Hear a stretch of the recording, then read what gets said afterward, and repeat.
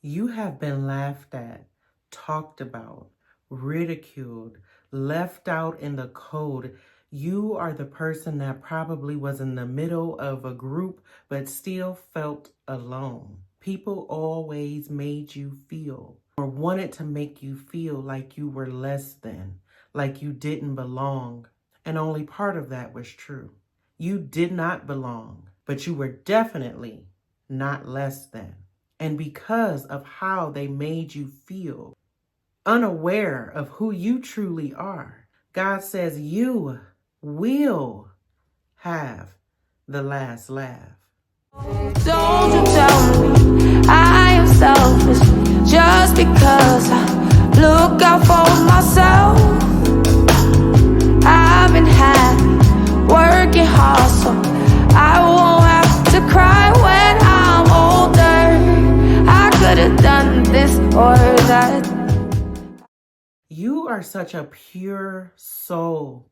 And unfortunately, you're used to being around people who are bloodthirsty wolves, psychopaths, narcissists. A lot of people be around psychopaths and don't even know it.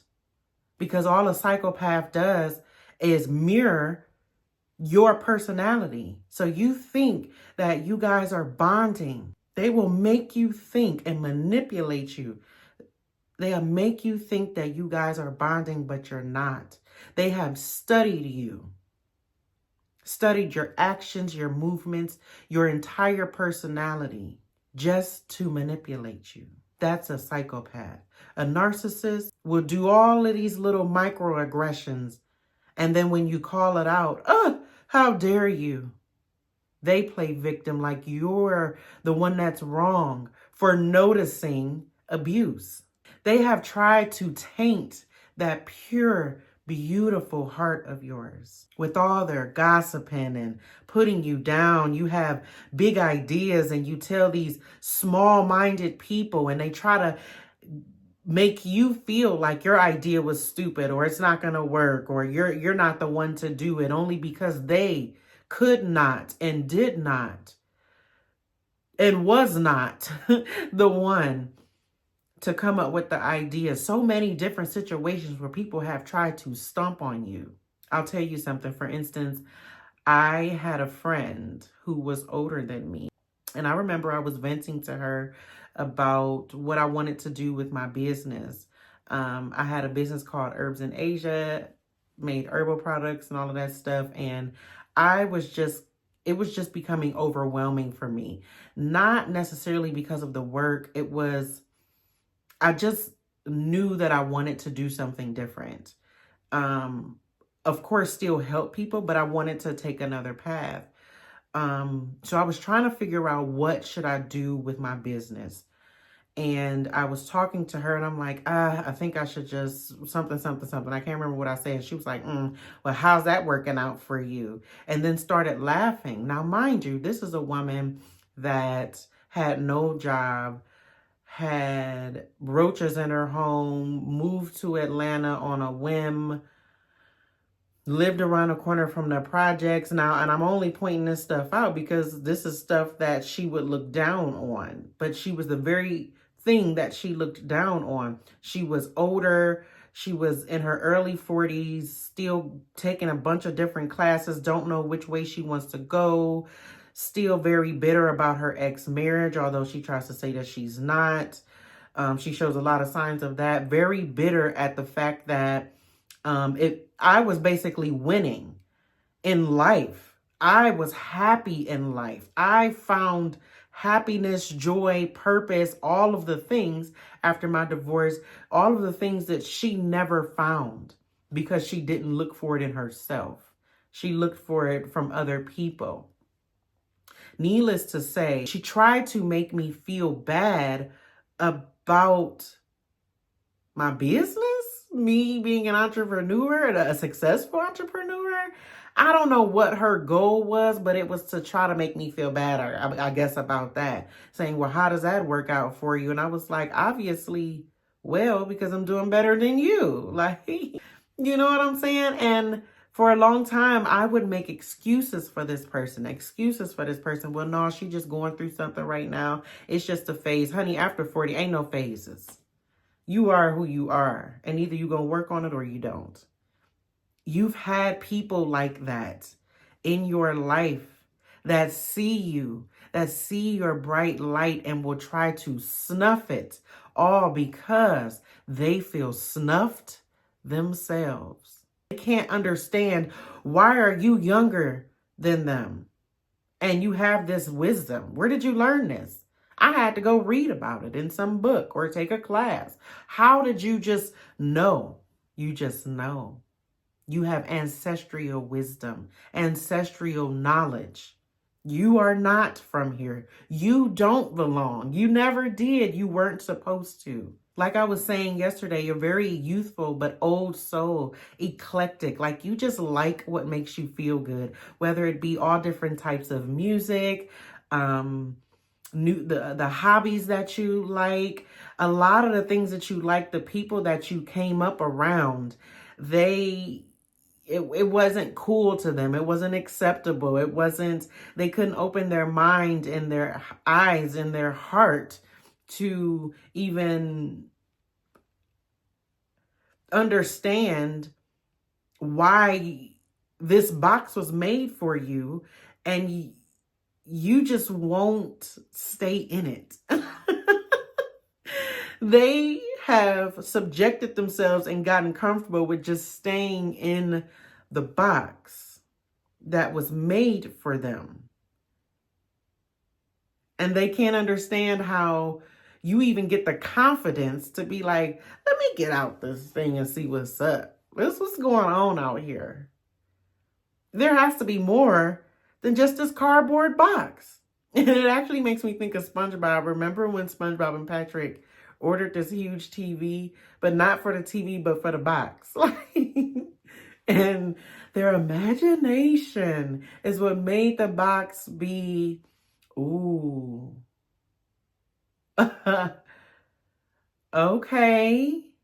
And their imagination is what made the box be what they wanted it to be. And Squidward could not figure out, how are y'all doing all of this? What is it? Why does everything sound so real? He was outside of the box crying like, oh my God, they got in a car accident in the box. Like, and that's exactly what you did. It was like you came from the same place as many other people. The same people that you came up with, whether it be family, friends, whomever. Y'all all came from a similar background or the same type of place, right? How is it that you keep finding a way out? Why does it seem like things just continue to work out for you? Why are you joyful? What you got to be happy about? Why do you have the confidence of success that seems impossible? Oh my God. And then Cinderella ties in. Impossible things are happening everywhere. That's crazy. Divine intervention, divine guidance. Please go watch that Cinderella short or a TikTok that I did. Oh man. It's just like that. You were dealt the same box. It also makes me think of that girl on TikTok. I love her. She goes, just because I live in the hood doesn't mean that my house can't be fabulous. And then she goes to the thrift store and she gets beautiful things. That's something that I would do. This chair is from the thrift store, honey. I loved it the minute I saw it. Cleaned it up, fixed it up. A lot of the stuff I do is DIY projects, not because, oh, I can't afford it, but because it's just so fun. Like to be able to make something with your own two hands. It's like when I walk into my home, I like to see what I've built. Does that make sense? So I like little things like that. Other times I ain't about to do all that. I'm gonna buy something brand new. But just getting back to the subject, it's like you were dealt the same box. How did you get all of this? How did you get all of this? I had a friend, I was 17 when I got my first apartment. Talk about divine intervention. I was 17 when I got my first apartment. The lady did not ask me for my ID. And she didn't ask me until actually after I turned 18. So it all worked out. But and I remember getting back with a friend, getting back in contact with an old friend who was like my best friend at the time. And I'm like, girl, you got to come over to my house so we can go out. Let's just have a good time.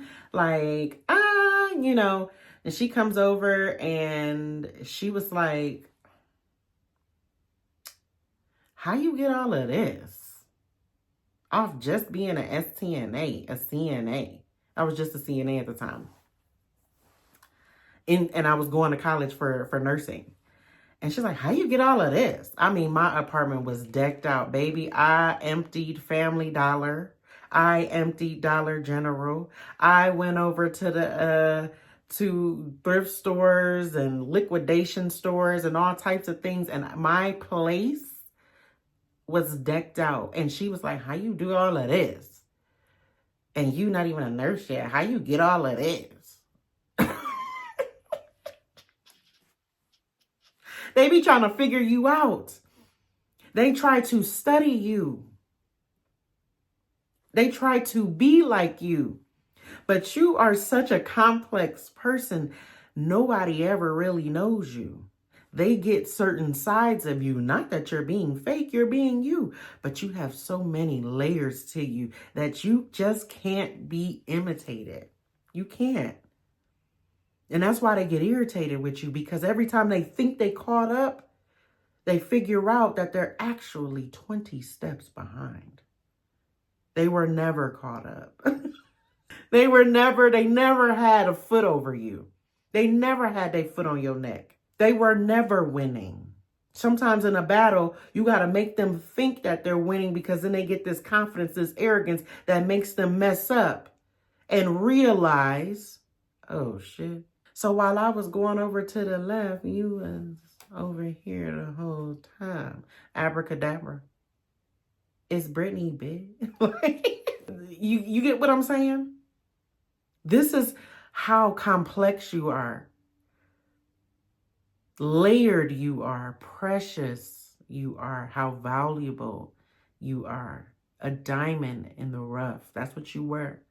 You were a diamond in the rough, and divine guidance, divine intervention put that pressure on you through these people. These people that thought they were dogging you, that thought they were putting you down in the moment, were literally just being used so that you could be catapulted to where you are now. They were just being used. They were being used for their evilness, for their jealousy, for their envy, so that it could make you stronger. So that when you sit on your throne, you cannot be knocked off. There is no knocking off of you. There's no knocking off. There's no knocking off. Okay? Like there's none. Anything that people discredited you for, laughed at you for, lied on you, did evil, intentionally evil things to you, even after some people, it was revealed to them who you are. And even after that, they still tried it. They still tried you. Your presence, your actions, your blessings speak for itself. You don't have to lift a finger. You never did. You never felt the need to really be vengeful for real, because you never had to. Anybody that has ever tried to hurt you or has hurt you, it has always been taken care of. That's how God feels about you. You were never delayed. You were always on time. You never have to prove yourself. You are who you are. Your glow proves it enough. Every situation, you've always gotten the last laugh. And I'm going to tell you, in this season, that is the one thing that will not change. You will get the last laugh. Thank you so much for watching. If you feel moved, please like this video, subscribe, share it. Go ahead and comment, I get the last laugh. And hit the bell so that you know exactly when I upload. I love you guys, and I'll talk to you tomorrow. Bye.